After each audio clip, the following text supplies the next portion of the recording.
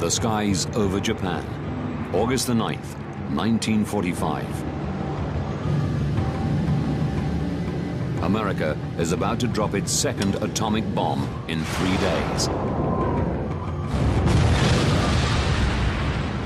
Within seconds, 30% of Nagasaki is flattened, and more than 40,000 people vaporized. 5 days later, Japan surrenders. This new superweapon is used twice to shorten the war and save American lives. That's the accepted story. But some are now challenging that history. The bomb was used, and therefore, no matter how horrible it was justified. This is a myth.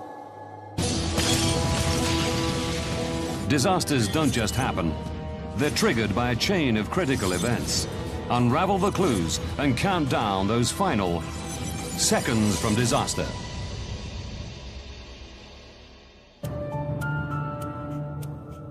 The Central Pacific. Tinian Air Base. August the 9th, 1945. Sergeant William Barney and his colleagues from the 509th Composite Group are gathering for a top-secret bombing mission. They are to drop Fat Man on Japan, America's second atomic bomb. The first, Little Boy, hit Hiroshima 3 days earlier. The US are hoping to bomb Japan into surrender. All of us kind of thought maybe that would be it. We hoped it would end the war. Barney is the radar operator on the plane the Great Artiste, one of the 3 key planes involved in the mission. Its job is to take measurements of the blast. Big Stink will film the explosion, and Boxcar will drop the bomb.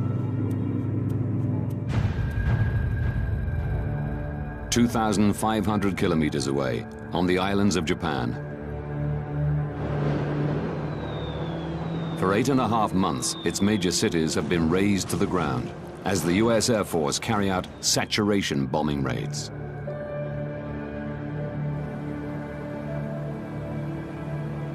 Across the country, families like Sakui Shimohira's are living in fear of the next attack.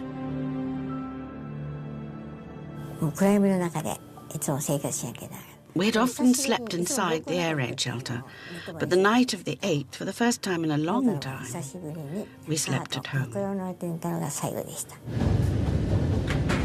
2:49 a.m.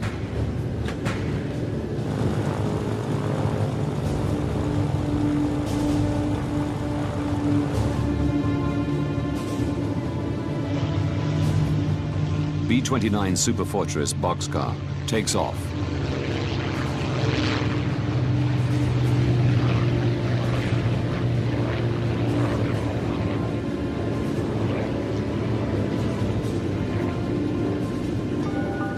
Its pilot, Major Sweeney, is the leader of the mission. Bombardier Bean is the man in charge of releasing the bomb. At the back of the plane sits Jim Van Pelt, the navigator, and Commander Ashworth, the man on board who best knows how the bomb works. The crew settles in for a 5-hour flight. First, they will regroup over the island of Yakushima. Then they'll travel in convoy to their target, the city of Kokura. –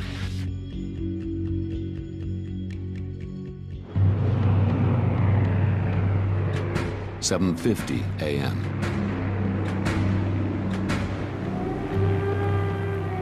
A U.S. plane flies over Sakui's home.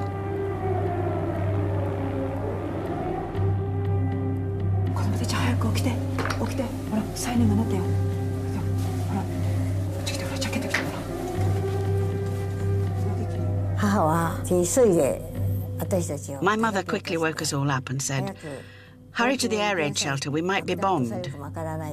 She told us, under no circumstances leave the shelter or come home.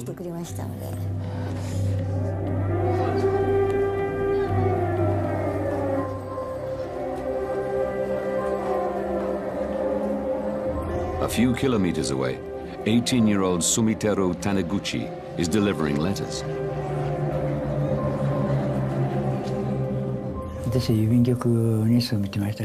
When you work for the post office, you couldn't stop working just because the air raid warning sounded. So I didn't take refuge at the shelter.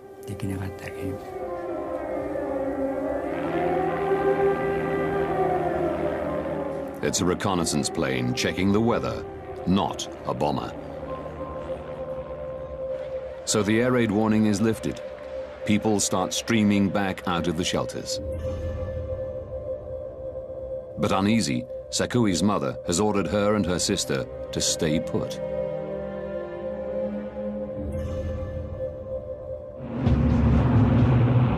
(8:10 a.m.)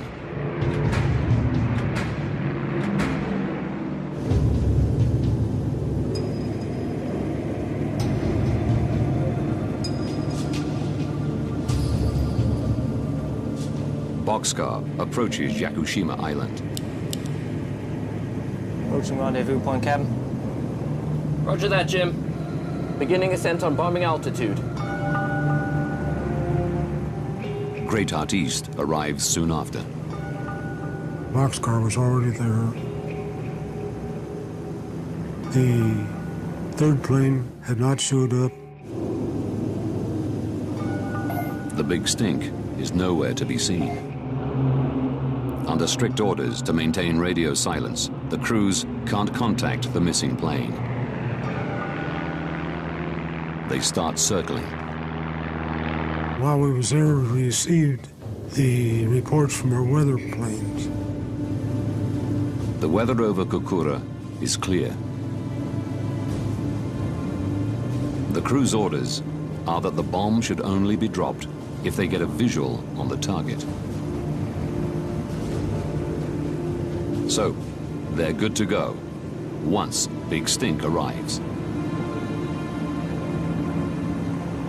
We got there and we waited. Theoretically, we were supposed to wait for 15 minutes. Meanwhile, 276 kilometers away, in Nagasaki, 10-year-old Sakui is still in the air raid shelter with her sister and nephew.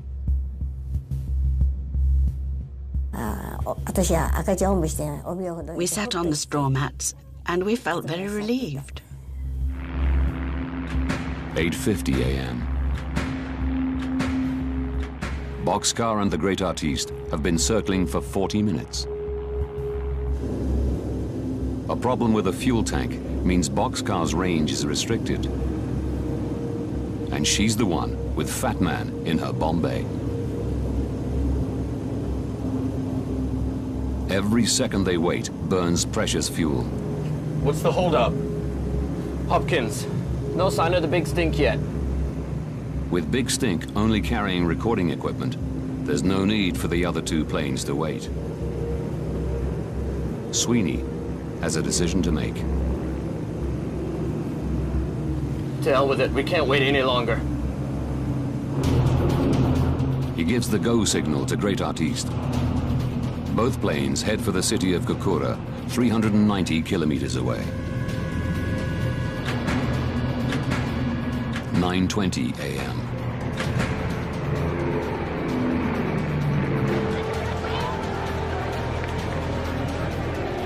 The two planes approach the city.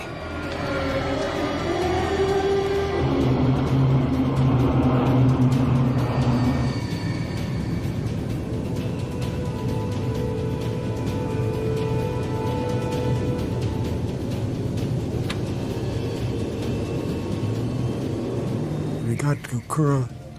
Weather had started to set in. 9:45 a.m. The clear skies reported by the weather plane an hour ago have given way to clouds. Sweeney signals the start of the bombing run.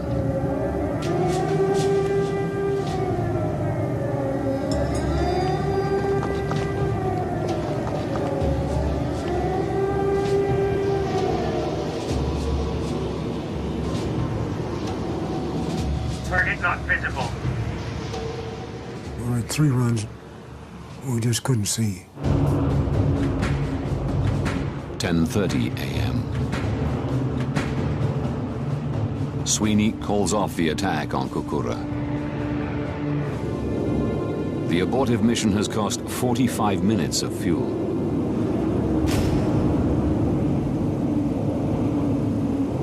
Jim, take us to secondary target, Nagasaki. 156 kilometers away. Nagasaki, the city where Sakue and Sumiteru live. What's our fuel status? Only 1,500 gallons, sir. It's just enough fuel to reach Nagasaki and safely get back to base.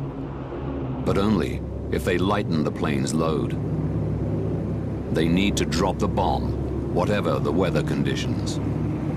Ashworth, will you accept a radar run if we cannot see the target? As the weaponeer, only Ashworth has the authority to switch to a radar drop. Yeah, it's Nagasaki. Radar or visual, but drop we will.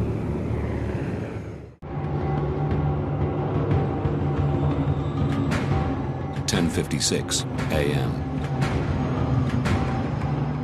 Boxcar and Great Artiste arrive over Nagasaki. The bombers are spotted, but mistaken for US weather planes. No alarm is sounded, and the city's 270,000 people continue as normal.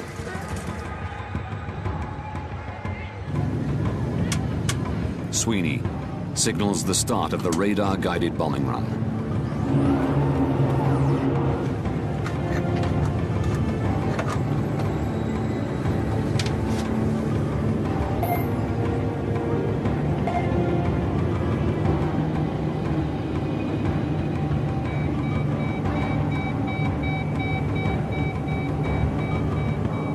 But just before the radar drop, I've got it. I can see the city. You own it, Behan. the crew switch to visual bombing.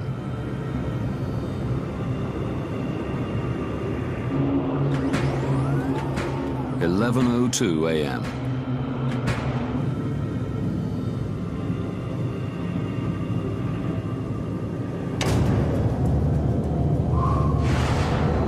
Fat Man is dropped from 28,900 feet. The two planes immediately turn to escape the blast. I heard the roar of a plane.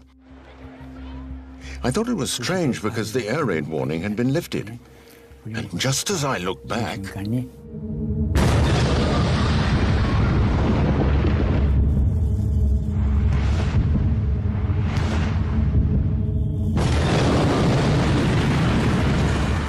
with a force of 22 kilotons of TNT, Fat Man generates heat of over 4,000 degrees Celsius and winds of up to 1,000 kilometers an hour that surge across the city.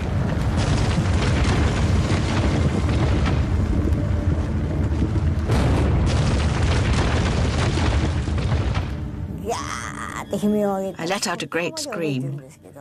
I only remember up to there.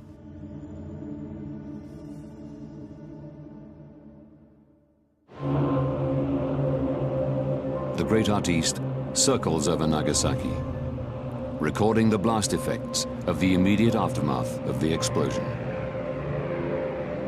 We all went up and looked out, and we seen it. The mushroom just kept billowing out.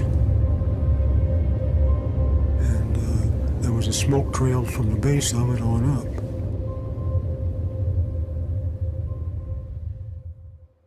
In Nagasaki, utter silence.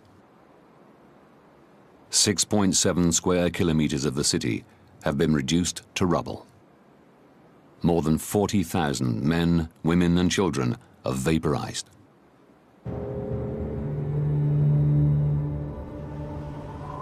.70,000 more are injured.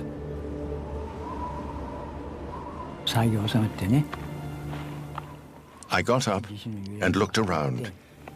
Everywhere I'd passed through, all the houses were destroyed. Only the last house I delivered post to was left.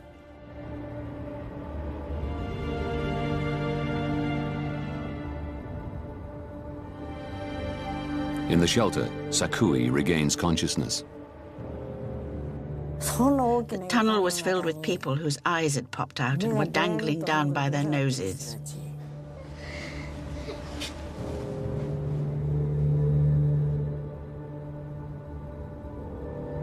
Somehow, Sakui's sister and nephew also survive.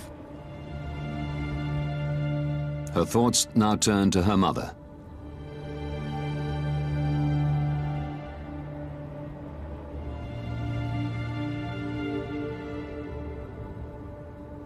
The city is strewn with burnt bodies. This body with the gold tooth must be Mum, I thought. Oh, Mum! And I cried, touching her hand. But as I touched her, her body crumbled away.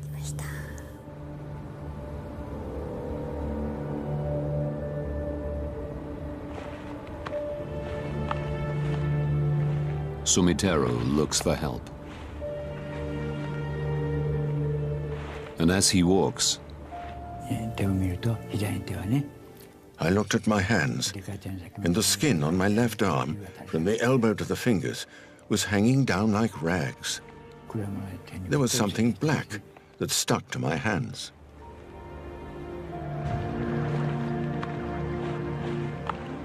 over 100,000 people were killed instantly by the atomic bombs dropped on Nagasaki and on Hiroshima 3 days before.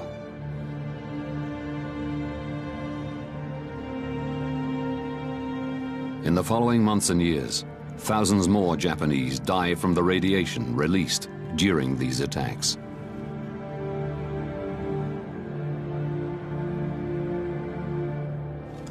"5 days after Nagasaki, America's President Harry Truman calls a press conference. I have received this afternoon a message from the Japanese government. I deem this reply a full acceptance of the Potsdam Declaration, which specifies the unconditional surrender of Japan. The war in the Pacific is over. The 2 nuclear bombs seem to have done their job.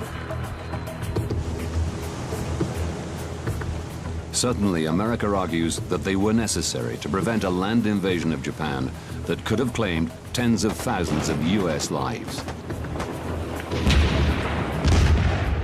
This becomes the accepted story. But after spending 10 years scouring US, Russian, and Japanese archives, historian and author Tsuyoshi Hasegawa has come to a very different conclusion. The bomb was used, to save American lives. And therefore, no matter how horrible it was justified. This is a myth.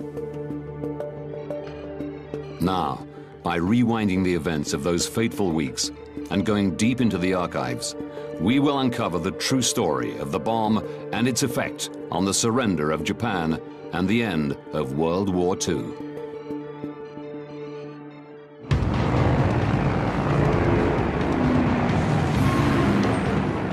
December 1941.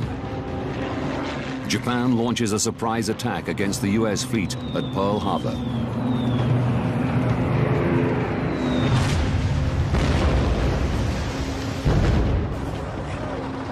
(2,402) US servicemen perish.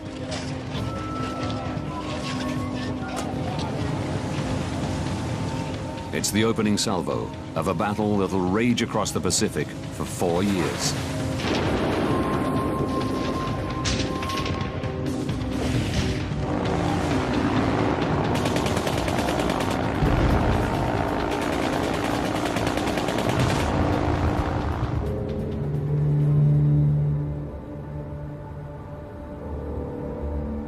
This war kills over 2 million Japanese soldiers and civilians,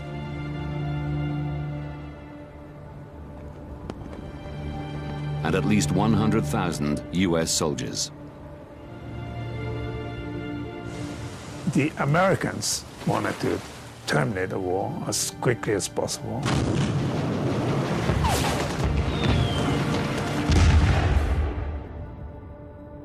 By the end of 1944, US forces had secured the Mariana Islands.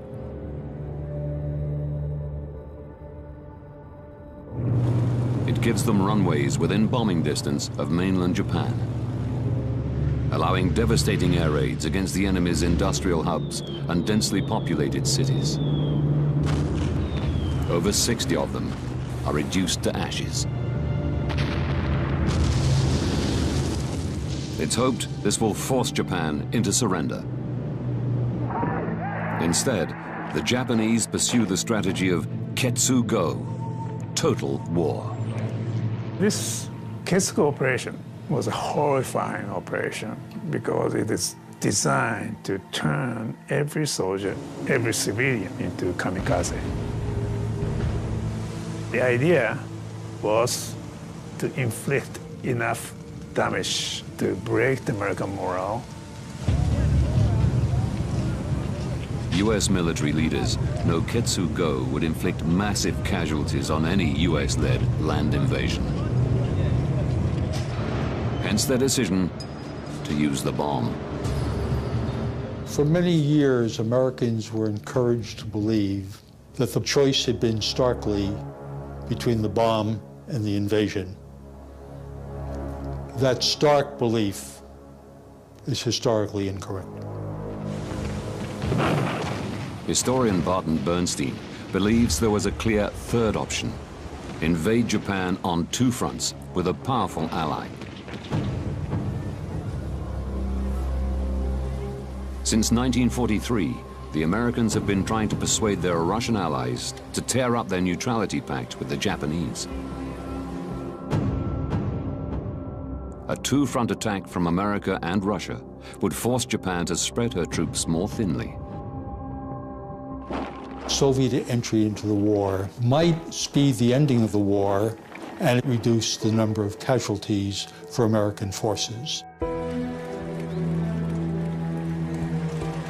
In July 1945, US President Truman meets his Soviet and British allies at Potsdam in defeated Germany to discuss post-war Europe and the endgame in the Pacific.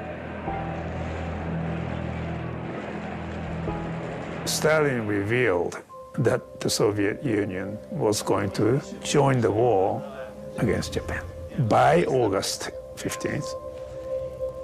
Truman expects the war to end once Russia joins the invasion. That night, he even writes in his diary, Stalin will be in the Jap war on August 15. Finish Japs when that comes about. A land invasion of Japan is now a viable option. America has what it wants. Japan will be crushed on two fronts, and US losses will be minimized. But Hasegawa believes that just when Truman gets the Russians on board, he has second thoughts. By Potsdam, the conflict between Western powers and the Soviet Union became very tense about Poland, Eastern Europe. After Germany's surrender in May 1945, Soviet forces mass in Eastern Europe. They make a huge and flagrant land grab, occupying Eastern Germany, the Baltic states, Poland, Czechoslovakia, Romania, and Bulgaria. Russia is growing powerful. For America, too powerful. Truman and his advisors fear that if the Soviets enter the war in the Far East, they'll snap up huge areas of Asia as well. Truman faced a dilemma, whether or not he should welcome the Soviet entry in the war. Soviet entry into the war would obviously save American lives. at the same time, at the cost of allowing Soviet to expand. Truman is stuck with an ally he doesn't trust. But he sees the opportunity both to end the war before Russia comes in and to show them the military technology now at America's disposal. With nuclear weapons. One bomb is ready to go. Another one is being tested in the New Mexico desert.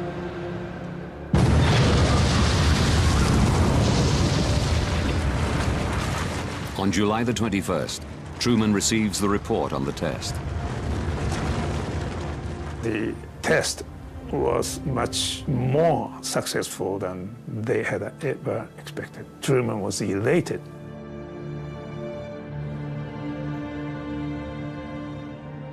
With the atomic bomb, he could finish the war without the Soviets. But for this to happen, the US need to drop the bomb before August the 15th, the date on which the Soviets say they will join the war. Truman asks his advisors to quickly issue the Potsdam Declaration, calling on Japan to surrender unconditionally or face utter destruction.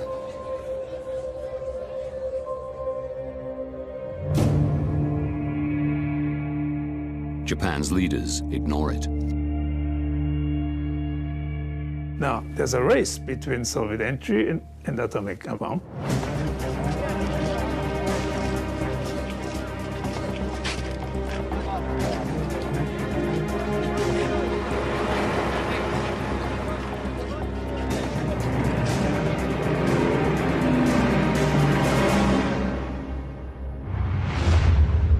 On August the 6th, 1945, America drops Little Boy on Hiroshima, while the Red Army is still mobilizing its troops along the border with Manchuria.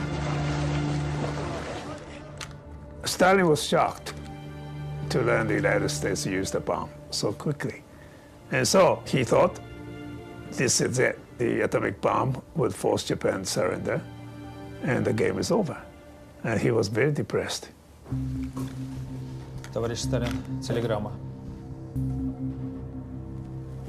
Спасибо, Владимир. Stalin believes his goal of expanding the Soviet Empire into the Far East is over.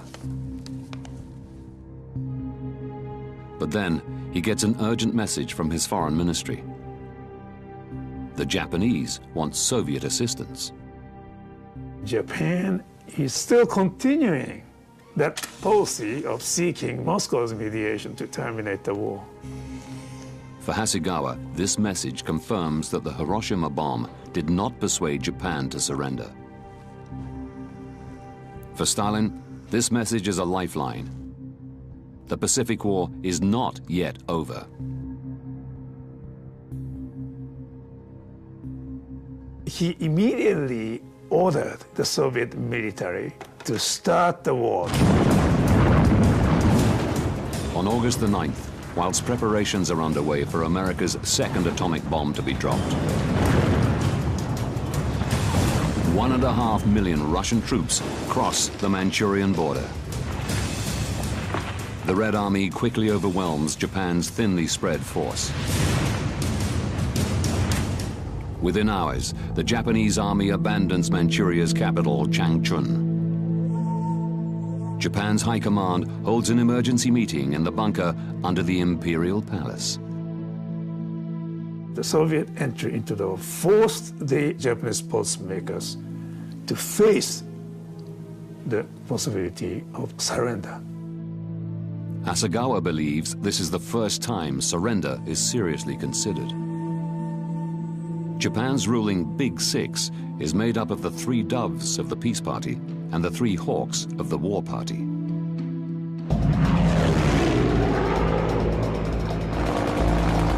Despite having seen their navy destroyed, their air force decimated, their troops die in their thousands, and hundreds of thousands of civilians killed by firebombings and the Hiroshima bomb.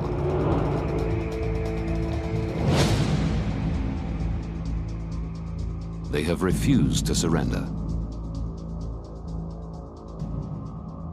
Everybody had to sacrifice. If they were killed, well, that's too bad, but that's a part of the war. But the main obstacle for the Big Six is America's terms.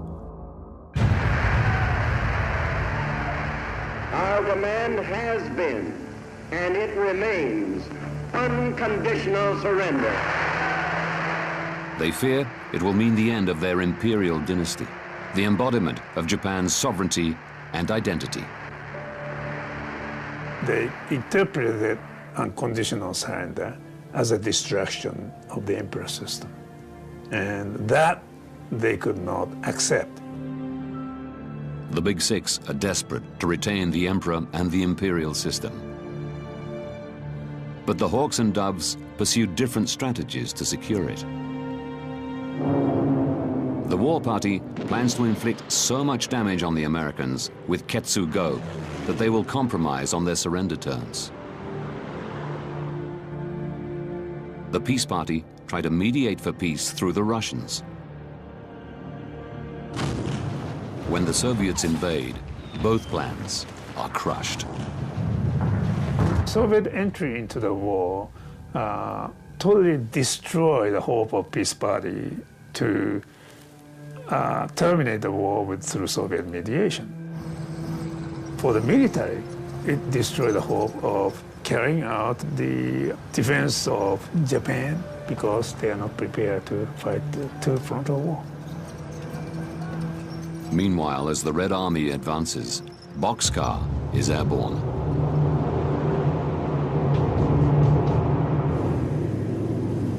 A second nuclear strike is underway. In Tokyo, the war party is still defiant. They reluctantly agree that surrender might now be inevitable, but it cannot be unconditional. To the peace party, the attaching conditions would be tantamount to continuation of war because that will never be accepted by the United States. 10:56 a.m. Boxcar and the Great Artiste have reached Nagasaki. They start a bombing run. In the Imperial bunker, discussions are ongoing. I've got it. I can see the city. You own it, Behan. The argument between the war and peace parties becomes heated.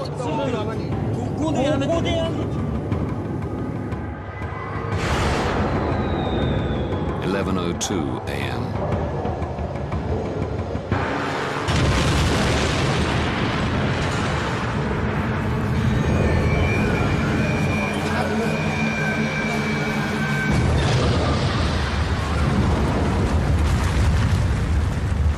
Fat Man explodes, 3.2 kilometers from the center of Nagasaki.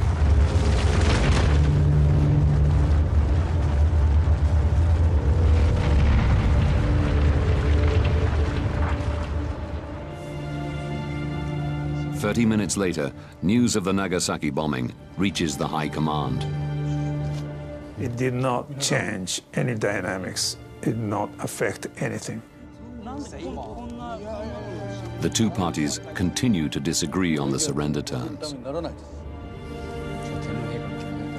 The meeting adjourns. It looks like once again the war party has succeeded in postponing surrender.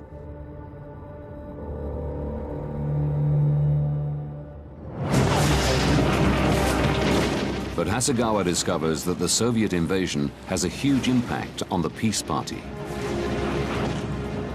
The Red Army is fast approaching Japan's mainland.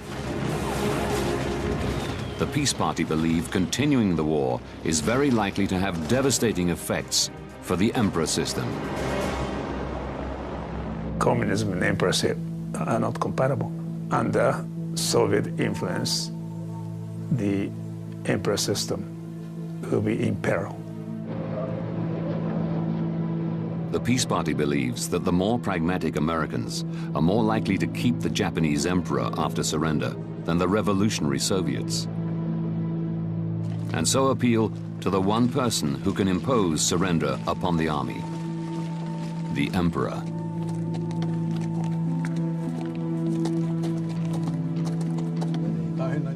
But persuading him to do it won't be easy. He's the figurehead of Japan's military campaign. Japanese soldiers are taught that their duty is to fight for the emperor. They should fight to die. You're not gonna just put the white flag and surrender. For the emperor to now argue in favor of surrender would be a devastating shock.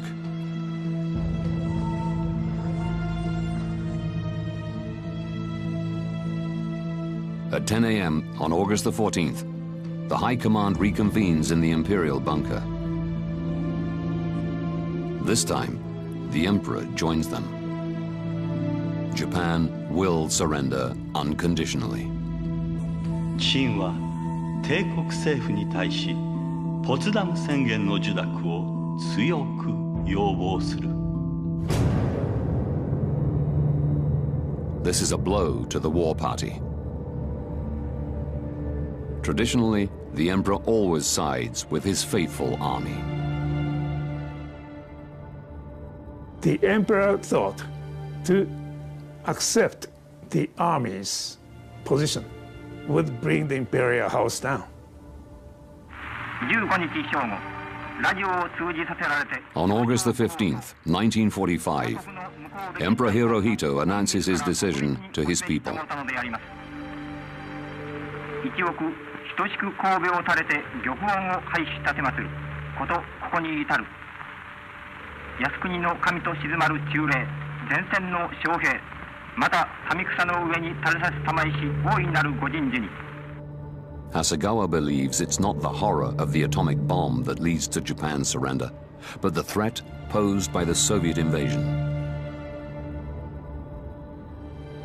Soviet entry into the war really made the emperor realize that how dangerous it is to continue the war. To Barton Bernstein, it makes the second atomic bomb dropped on Nagasaki after the Soviet invasion a tragic and entirely futile act. The Nagasaki bomb did not make the difference in speeding Japan towards surrender, and thus a bomb was dropped unnecessarily, killing perhaps as many as 60,000, 70,000. Now, having delved into the archives, we can reveal the series of events that led to Nagasaki being hit with America's second atomic bomb.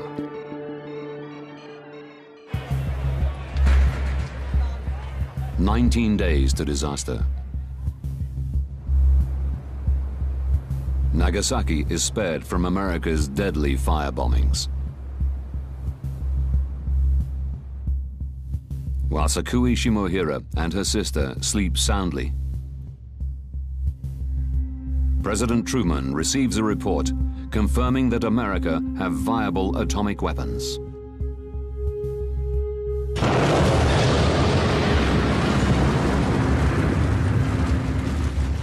The bomb will save US lives, but also kill thousands of Japanese civilians.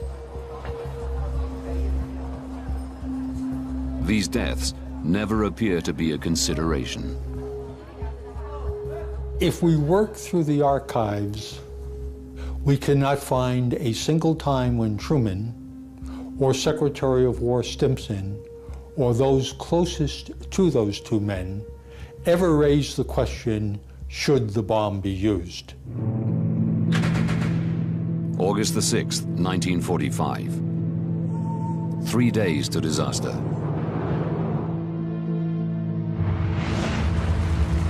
America's first atomic bomb is dropped on Hiroshima, in a single flash, snuffing out 80,000 people.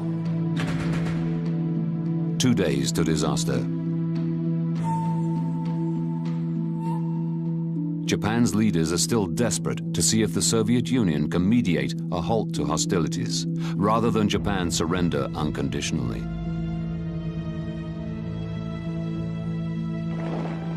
Preserving the imperial system is their top priority. Just as with the Americans, what is not taken into account is their own civilian population. As far as the army is concerned, civilians getting killed did not really matter. 12 hours to disaster. Russia rejects Japan's request for its mediation and declares war. 9 hours to disaster. Although another nuclear bomb now seems an irrelevance, the superfortress Boxcar takes off from Tinian Air Base, carrying Fat Man, a 4.9-ton nuclear device. Their targets, Kokura or Nagasaki. A horrific body count of innocents appears inevitable.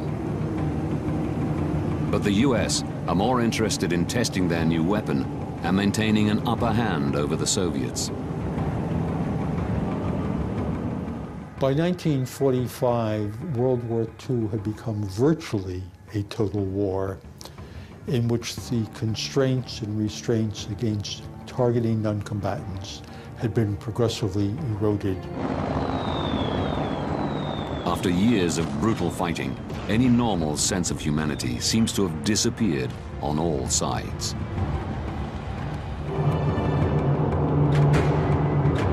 Six minutes to disaster. Boxcar starts a bomb run over Nagasaki.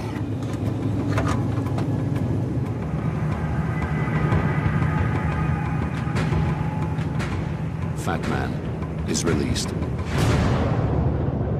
43 seconds later, at 11:02 a.m.,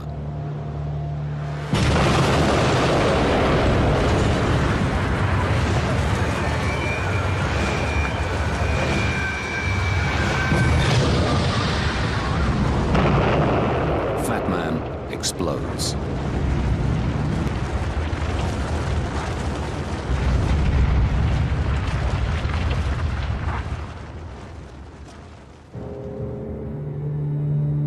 $40,000 die within seconds. Thousands more die of radiation poisoning.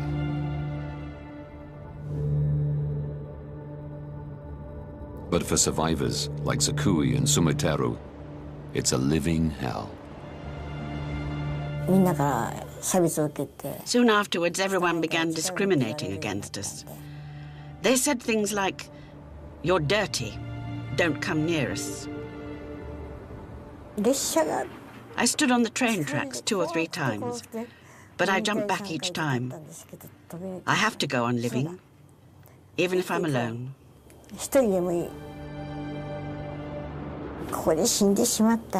If I die here, there would be no one left to put flowers on everyone's graves.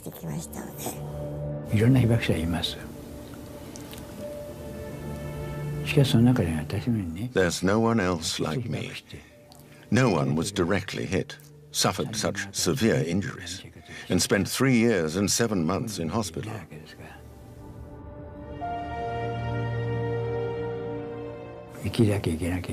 I have to see the end of nuclear weapons with my own eyes. I have to live until then.